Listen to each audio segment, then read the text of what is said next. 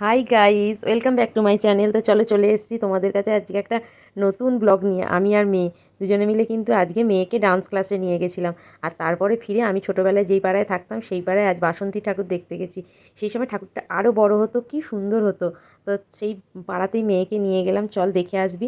এবার আসার পথে একটা দেখেও নিলাম, জয় শ্রীরাম, বজরংবলী দেখলাম, দেখে আবার চলে এলাম আর এক জায়গায়। চন্দননগরেই আমাদের এখানে অনেক জায়গায় বাসন্তী পুজো হচ্ছে, অন্নপূর্ণা পুজো হচ্ছে, তাই এখানে চলে এলাম। এখানে দেখো কি সুন্দর মেলা বসেছে। আর মেয়ে এসে মেলায় ঢুকে ও বেলুন আর হচ্ছে তোমার ওই কী বলে মিকি মাউস এই দেখার জন্য না, মানে দেখলেও যেন নিজেকে স্থির রাখতে পারে না। ঠাকুরটা দেখো কি সুন্দর হয়েছে, মানে এত সুন্দর লাগছে এখানটা। আর বিশাল বড় মাঠ, মাঠেতে সবাই চেয়ার নিয়ে বসে রয়েছে। এত ভালো লাগছিল পরিবেশটা, তোমাদের বলে বোঝাতে পারবো না। তা আমি একটুখানি ঢুকলাম, ঢুকে প্রচণ্ড গরম ছিল, তার মধ্যে আমি গিয়ে ঠাকুরটা নমস্কার করে বাইরে বেরিয়ে এলাম। আর মেয়ে দেখো না জামাটা পরে কী কাণ্ড করছে, চুলটা কত রকম স্টাইল করে বেঁধেছে। আর মেলায় গেলে না খুব ভালো লাগে, আমার মাটির জিনিস, কাঠের জিনিস এগুলো খুব ভালো লাগে। এই মাটির এই চুড়িটা দেখছিলাম, কানের দুলগুলো দেখছিলাম। তারপরে মেলাটা ঘুরছি। আর মেলা ঘুরবো কি, যে একটু মেলা ঘুরে এটা ওটা দেখবো কি কিনবো। মেয়েটা তো মুখটা কেমন বেজার করে রেখেছে, ও মেলায় যাওয়া মানে আমি এখন মিকি মাউসে চাপবো, কী যে করি না জানো না। তারপরে তো যেহেতু কিনে দিই, মানে মিকি মাউসে চাপতে দিচ্ছি না, তো তার ফলে বায়না শুরু করেছে, কিছুতেই যেতে চাইছে না। না, তোমাদের বাড়ির বাচ্চারাও কি এরকমই করে? যদি করে থাকে তাহলে অবশ্যই কমেন্ট করে জানাবে। মিকি মাউস দেখলে যেন নিজেকে ঠিক রাখতে পারে না।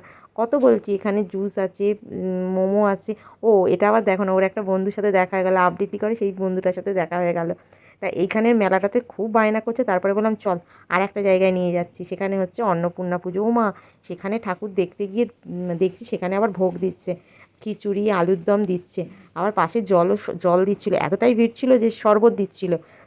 সেটা আর ভিডিও শ্যুট করে, তারপরে আমি তো খিচুড়ির ভীষণ পাগলা, ভোগ পেলে আর কিচ্ছু চাই না, ভোগ খেতে এত ভালোবাসি। তা আমি ওখানে দাঁড়িয়েই খেয়ে নিলাম ভোগ। তারপরে মেয়েকে বললাম চল, আবার চলে এলাম ফের ওই মেলাতে, যেই মেলাটাতে অনেক কিছু বসেছে। তো এখানে এসে দেখছি কি এগরোল, যে আমার এগরোল দেখে কি এগরোল খেতে ইচ্ছে করছে। মেয়েকে একটা আইসক্রিম কিনে দিলাম, তারপরে আমি একটা এগরোল খেলাম।